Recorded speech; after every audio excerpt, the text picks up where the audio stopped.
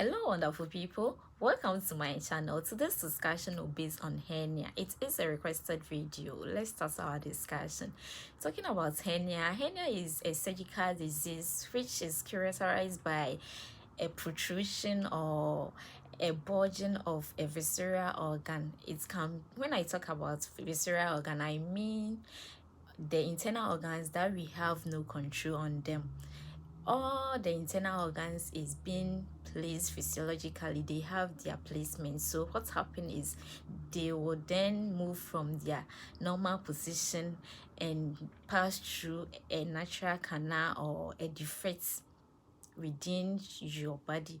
It will pass through and will fix at a position which is not their own position.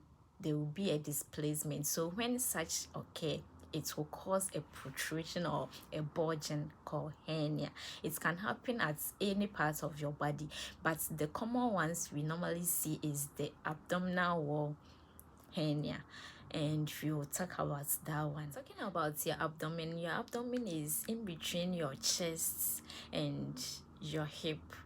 That's the location, like your whole belly is your abdomen. And you know, we all have walls in our homes to serve as a protector. So the abdomen too, we have abdominal wall, and abdominal wall is serving as a protector of all the internal organs. Yes, but in God's own, no, He made all things perfect, because your abdominal wall is well built. From outside, you have a skin covering the abdomen, serving as a protector. He is not done yet. He also made fats or aperosis, subcutaneous fat, which is also protecting. And other muscles, we have the external oblique muscle, we have the internal oblique muscle, we have the rectus abdominis, and he is not even done yet. He also gave us a peritoneum, like a cover, which is covering our abdominal cavity, and all is serving as a protector of our internal organs. So what happens is, when there is weakness at any spot of the mentioned protectors, it will then cause bulging or protrusion into your wall, and it will show as hernia. So I know the next question you may ask is, upon all these well-built abdominal wall and protectors we are talking about, why then there can be internal organs protruding or causing bulging and leading to hernia? The reason is, it occurs as a result of congenital or acquired. When I talk about congenital, I'm talking about birth defects. Like, there are people after birth, there are some canals which should have been closed, but it won't be closed, or there will be still an opening which shouldn't be that way, but it will occur that way. So such opening will serve as a paveway for those internal organs to occur or protrude and cause hernia, the malformations. And when we get to people who are quite those who have history of hernia, they have like family who have had hernia before, maybe your father or your mother or any of them, you can have such in terms of acquired. And physical activities, if you are someone who take some heavy weights or loads which are too heavy, it will cause weakness of your muscles and other protectors, and at the end, that weak spot can serve as a paving way for those internal organs to enter and bulge as hernia.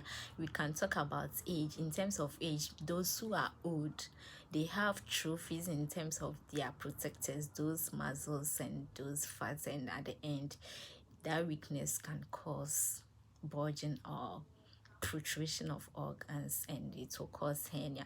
And those who are young to babies, you know, their muscles are not well built, and they even fats, they have less fats, and their protectors are not well guided, and that one also can cause displacement of their internal organs and serve as hernia.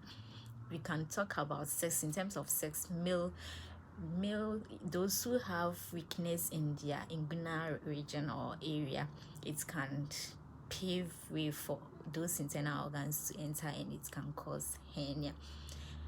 That one is very common. That inguinal hernia, we can see that one very common in male.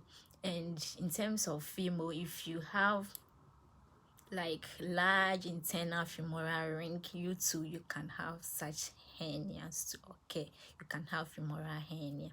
And we can talk about chronic cough. If you are someone who normally cough, you can cause such displacement of some of your internal organs through coughing.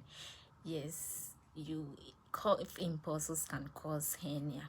If it is chronic, you put pressure in your intraperitoneal and increases, and it can cause hernia, as well as constipation. So if you have chronic constipation, those efforts you put in terms of defecating, you also put stress and cause increase of those intraperitoneal pressure, and it can cause hernia as well. We can talk about pregnancy in terms you giving birth, and those umbilical hernia that I was talking about normally is as a result of pregnancy, multiple pregnancy. So take note. In terms of you being pregnant, you get expansion of your abdominal wall about 12 or 11 times. As you are not pregnant, you expand your abdominal wall, and making it thinner will also cause lesser in terms of protection, and it will pave way for protrusion or bulging of internal organs, and it will cause hernia.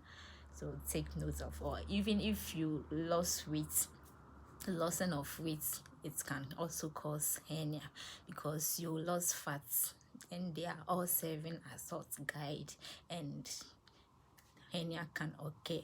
Post-operative scarring. If you've done operation before, we've had excision or incision over there, so through that incision, it can make that location weak. You can't compare that incision area to where you've not had any incision. That will be very stronger as compared to where you had your incision. So post-operation scar also can cause hernia. So take note of all these.